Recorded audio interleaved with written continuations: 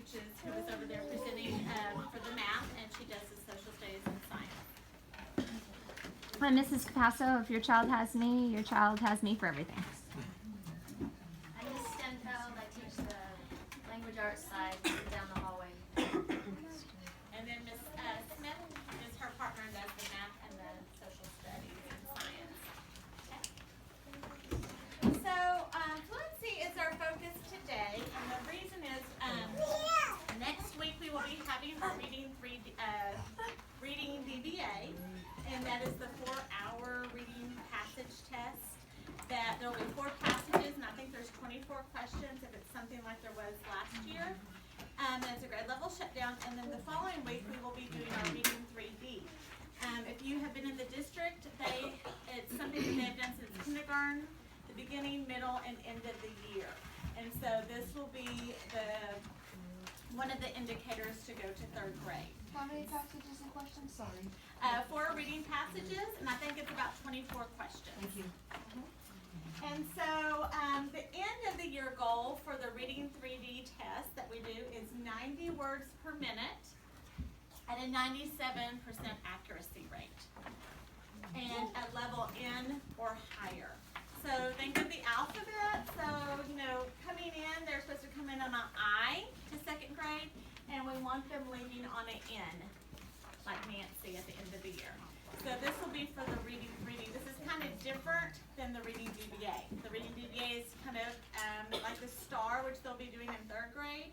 This is our measurement for K1 and 2, since we don't do the reading passage. Fluent readers do not have to focus as much on reading the words in the story, and they can turn their attention to understanding the story. So when they're having to break words apart and stop and they don't know what they're reading, their focus is broken from what's actually happening in the story. And so that's why we want them to be able to read more fluently, like they're talking.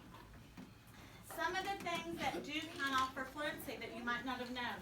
Not reading the ending. So if it says cat, cats, and your child just says cat, that will be a mark off.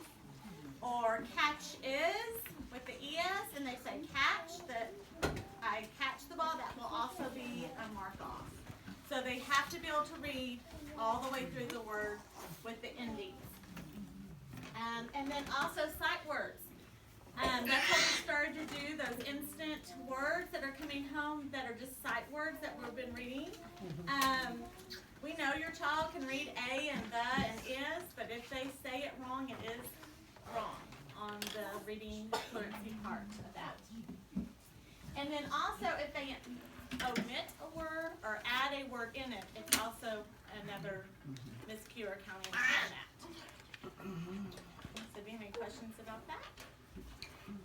So even those little things that you think, it's just, even though it says cat, say cat, and you count it right, it's really they count it wrong on that. Especially that is very true for 2nd language learners. They usually don't want to add the ending because they're just learning, so that is something that sometimes happens. And then if your child, but the good news is if your child self-corrects and they realize that the meaning is not right and they correct themselves, that is a check. So that does not count off. So we're real big in, does that sound right? Does it look right? If not, you need to correct it, and that will not count off on their accuracy. Okay. And then reading with meaning is a big part of understanding the story. Okay. Excuse me. Yes? Do you guys give any hints for them that they are spelling wrong or something else? No, not on the testing. No. Not for the test. Now, when we do reading groups and we read with them in our reading circle time, we are talking about how would you break that apart? Does that sound right? What strategy can you do? To fix it, go back and reread. So that's our teaching, but when it's just the test, they have to be able to do that themselves. Okay. Yes, Sean? What? Oh. Okay, I don't know. Okay, we'll look at that. Okay. So how to measure your child's reading fluency? If you have your phone and you would like to use this link, or you have a timer on your phone if you would like to get it out for a minute.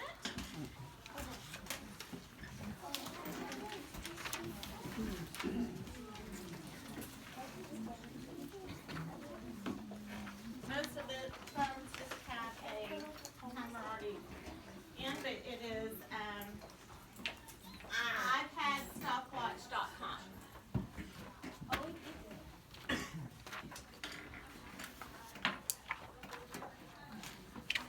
And you want to do your timer for 1 minute.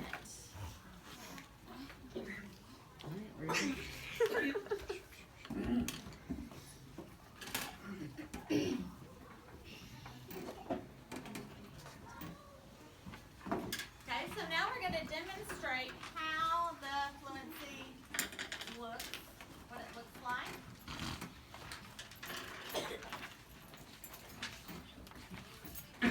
So if you get the reading passage, you can see all, each line has the numbers out to the side, how many words are in that line. So basically you're going to start and you're going to have your child to say, put your finger under the first word, and then you tell them to go. And they're going to read. I ride a big bus to school and I stand on the corner of our street with my, say they just said friend, that would be a mark off. If they skip a word, you can also, I usually just put like a line and O for omit. Okay? But say that they come here, sometimes when it cold outside, she brings, and then they go back. Sometimes when it's cold, I put an SC for self-correct, so they corrected that on that part of it. And then you tell them to stop when the timer goes off. And you're going to put a line where they stopped. And then you will count out the words. That's 101 words for that time. So the purpose of this is that you have Monday through Thursday practice at home. That's why you have more than one colored pencil, because hopefully the next time they read it on Tuesday, they're going to get further and you're going to see their fluency increase.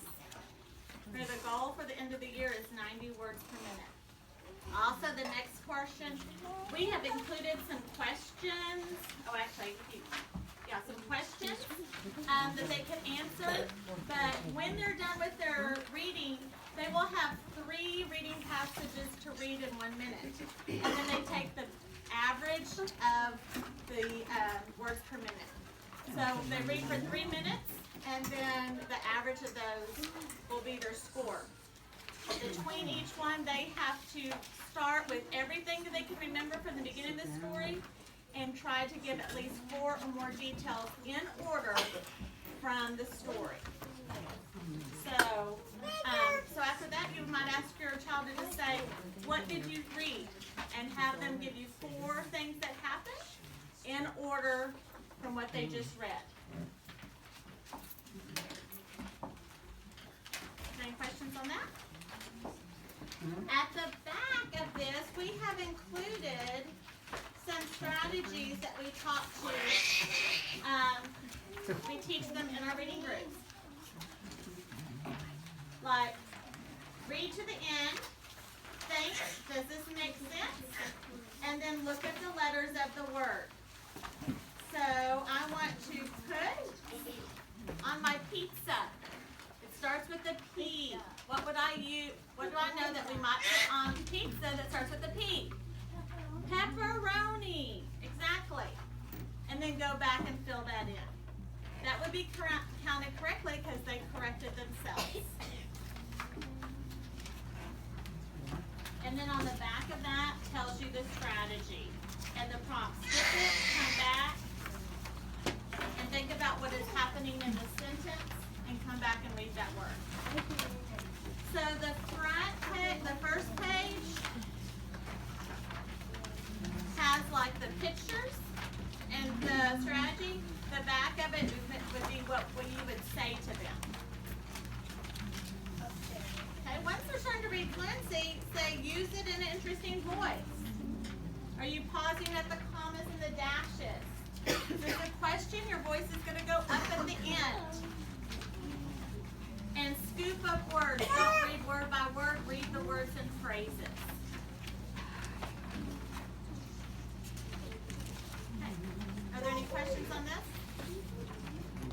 we'll let you try. So if you'll find a reading passage